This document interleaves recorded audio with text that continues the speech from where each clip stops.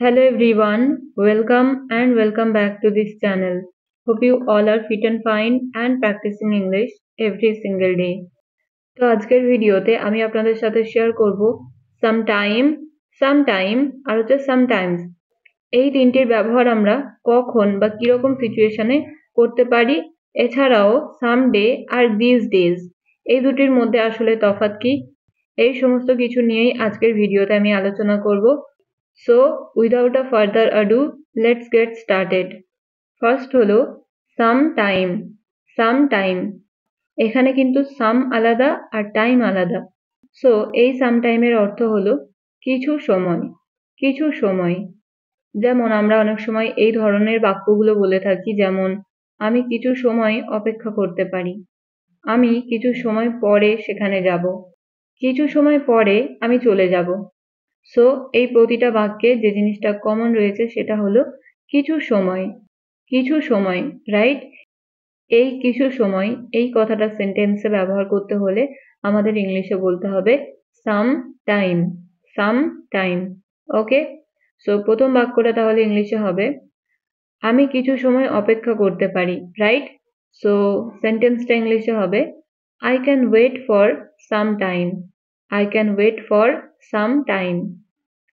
পরের বাক্য আমি কিছু সময় পরে সেখানে যাব, I will go there after some time. কিছু সময় পরে আমি চলে যাব, after some time I will leave. পরের এক্সাম্পল, এটা শিখতে কিছু সময় লাগে, It takes some time to learn this. কাজটি শেষ করতে আমার কিছু সময় প্রয়োজন, I need some time to finish the work. তো ফ্রেন্ডস, তাহলে আপনারা বুঝতে পারলেন যে কিভাবে সাম টাইমের ব্যবহার সেন্টেন্সে করতে হবে। ওকে, সো এবার দেখা যাক সামটাইম। এখানে সামটাইম কিন্তু একসাথে রয়েছে। ওকে, সো এটির অর্থ হয় এক সময় বা কোনো এক সময় বোঝাতে সামটাইমের ব্যবহার হয়ে থাকে। যেমন কোনো এক সময় আমি সেখানে যাব, তিনি কোনো এক সময় এখানে এসেছিলেন, আমরা আবার কোনো এক সময় দেখা করব। ওকে, তো এই ধরনের বাক্যগুলো বলতে হলে সেন্টেন্সে আমাদের ব্যবহার করতে হবে সামটাইম। তো তাহলে চলুন এবার এই বাক্যগুলোকে ইংলিশে কিভাবে বলতে হবে দেখা যাক। যেমন প্রথম বাক্যটা রয়েছে কোনো এক সময় আমি সেখানে যাব, তো এই বাক্যটা ইংলিশে হবে sometime I will go there. তিনি কোনো এক সময় এখানে এসেছিলেন, he came here sometime. আমরা আবার কোনো এক সময় দেখা করব, we will meet again sometime. পরের বাক্য কোনো এক সময় আমি বাংলাদেশে যাব, I would like to visit Bangladesh sometime. One more example, আমাকে এক সময় কল করো, call me sometime. সো এবার দেখা যাক কিভাবে সামটাইমস এর ব্যবহার ইংলিশে করতে হয়। সো সামটাইমস এটার বাংলা অর্থ হলো কখনো কখনো বা মাঝে মাঝে। ওকে, তো আমরা এমন ধরনের বাক্যগুলো অনেক সময় ব্যবহার করে থাকি, যেমন আমি মাঝে মাঝে সেখানে যাই, সে মাঝে মাঝে ইংরেজিতে কথা বলে, মাঝে মাঝে আমি রান্না করি। তো এই ধরনের বাক্যগুলোতে এই যে মাঝে মাঝে ওয়ার্ডটা কমন রয়েছে, এই মাঝে মাঝে কথাটা বলতে হলেই ইংলিশে ব্যবহার করতে হবে সামটাইমস। ওকে, তো প্রথম বাক্যটা এখানে আপনারা দেখুন, যেমন রয়েছে আমি মাঝে মাঝে সেখানে যাই, সো এই বাক্যটা ইংলিশে হবে sometimes I go there. সে মাঝে মাঝে ইংরেজিতে কথা বলে, sometimes he speaks in English. মাঝে মাঝে আমি রান্না করি। Sometimes I cook. কখনো কখনো আমার বন্ধু আমাকে সাহায্য করে। Sometimes my friend helps me. Sometimes my friend helps me. So কখনো কখনো বোঝাতেও কিন্তু সেন্টেন্সে sometimes এর ব্যবহার হয়ে থাকে। পরের বাক্য, কখনো কখনো আমরা একসাথে সময় কাটাই। কখনো কখনো আমরা একসাথে সময় কাটাই। Sometimes we spend time together. Sometimes we spend time together. তো এখানে আমাদের মনে রাখতে হবে যে sometimes মানে হচ্ছে কখনো কখনো বা মাঝে মাঝে। তো আপনারা বুঝতে পারলেন যে কখন কোনটির ব্যবহার হবে, মানে কখন sometime বলতে হবে, কখন sometime বলতে হবে, আর কখন sometimes এর ব্যবহার করতে হবে।